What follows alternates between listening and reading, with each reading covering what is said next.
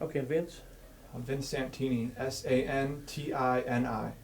Okay, Rob, tell me a little bit about this case. Let's start with you first. Run the case down basically from the beginning with the bus. Back on June the 10th of 2012, the Montgomery County Sheriff's Department, Deputy David Everton made a traffic stop on a bus heading northbound on Highway 59 for a defective tail lamp. He noticed that the driver was acting very suspicious and that there was a passenger in the back of the bus acting suspicious. So he was able to ultimately get consent to search the bus from the driver, and that search near where this defendant was sitting, they found a hidden compartment that contained approximately 6 kilograms of pure cocaine and 3 kilograms of black tar heroin. The case wound through the legal system, and we just finished trial today. The jury found the defendant guilty of possession with a controlled substance, intent to deliver over 400 grams, and gave the judge gave the defendant 30 years in prison. A case like this, kind of hard to put together. I mean, you had to really kind of outreach your resources. Kind of tell me, I mean, it's basically came from every corner of the U.S. It did, because evidence came out, especially during the punishment phase. This defendant was no stranger to the doper game, so to speak. He had been arrested in Alabama, in Mobile, Alabama, by the Alabama Highway Patrol with 2 kilos of cocaine back in 2007. And his criminal history also goes back to 2004, where he was arrested in Harlingen, Texas, getting on a passenger bus with 7 pounds of marijuana. So this defendant was very, very well versed in the game of smuggling drugs. What kind of punishments on those first 2 charges? The one on the Alabama, the one on the Harlingen?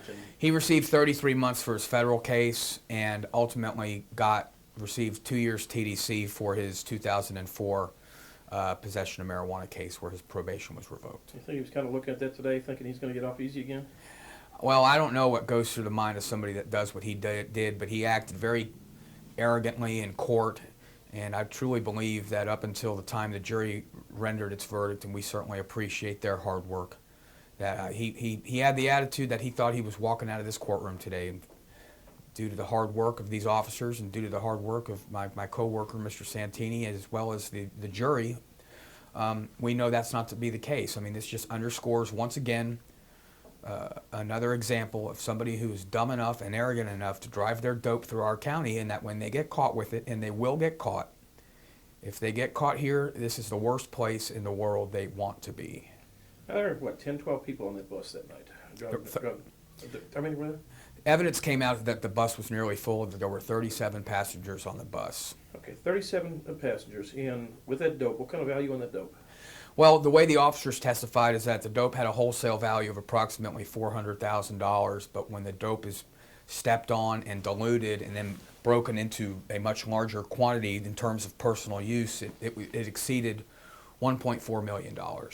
Okay, something like that. You've got a charter bus, kids, families, everything else, driving down the road, coming through Splendora, Texas, and now someone knows it's on that bus, and they decide they want that dope.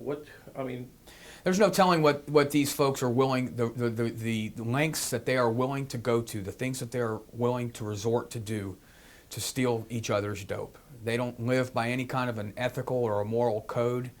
They don't play by the rules, and they take whatever they want, regardless of whoever gets hurt, innocent or not innocent. What about cartel involvement? Well, we had a DEA agent from Orlando, Florida, testify that this defendant had smuggled a member of the Zetas cartel across the border back in 2007 into Texas, and that he was involved with an individual from Houston, Texas, who's currently in federal prison, who had become very knowledgeable and made a habit of making large runs of cocaine between South Texas, Houston, and then to Orlando, Florida, and utilizing couriers to do the same. So would he have been considered more of a courier or a dealer, or what would you...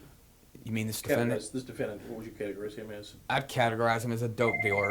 Now, during the whole court thing, his family was in here, quite a few kids and everything else, and they're sitting there passing color pictures back and forth to him.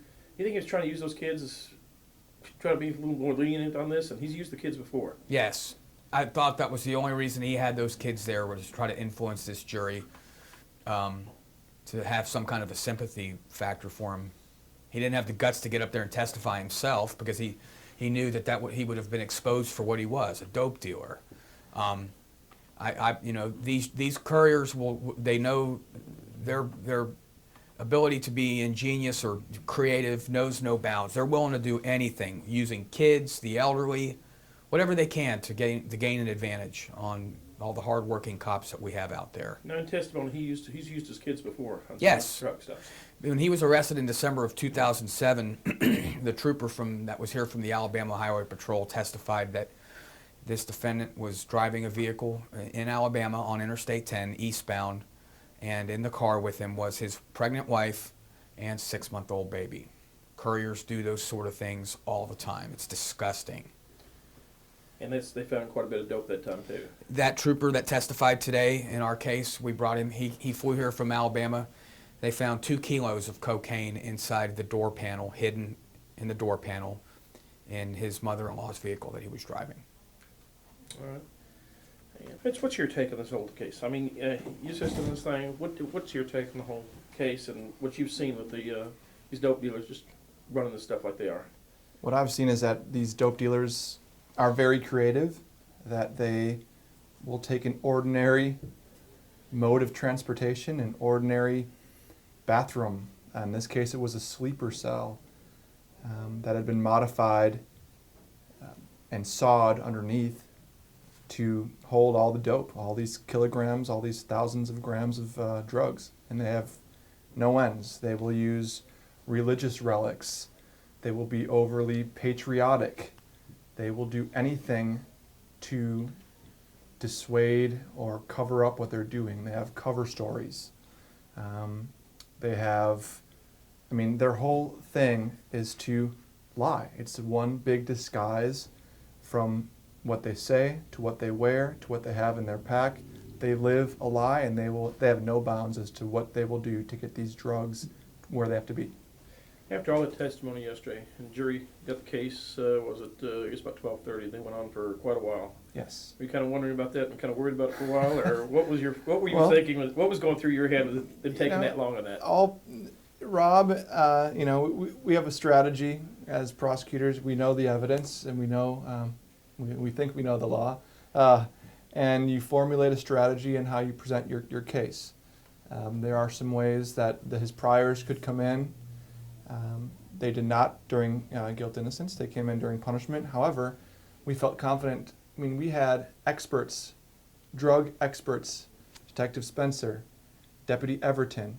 All right, we had Corporal Hernandez out of Splendora that devote their lives to drug interdiction. They take all these extra classes above and beyond. This testimony came out. Not only that, Judge Stovall allowed them to testify as experts. So when you have this kind of testimony, and what these guys are specially trained to look for these special creative ways these drug dealers are doing this, when their testimony comes out, when you have passengers on the bus that we come up that are actually afraid to testify, when you get that testimony and how this defendant was behaving, we felt confident in the jury's decision. We knew it was going to be difficult, especially with the parade of children and his family around in the courtroom.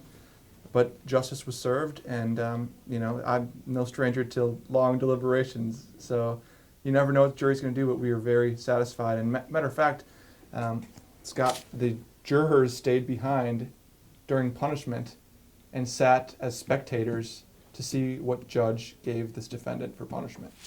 Talking to a couple of jurors, I think the whole case was kind of eye-opener for all 12 of them. I heard many comments back there. I think that goes to your last question. It's, you get these jurors that only hear so much during guilt innocence. Was he just a random passenger on a bus, and very convincing at that? Is this what these guys do? Or was he part of these DTOs, these drug trafficking organizations? So they had questions, and it was, like you said, they deliberated for quite a while. So when they heard the punishment evidence, they felt proud of what they did for our county. What kind of message do you think this gets out there now from Montgomery County? You got 2 major highways going right through here, 59 and 45. The great Rob Freyer said it best. Don't drive your dope through Montgomery County.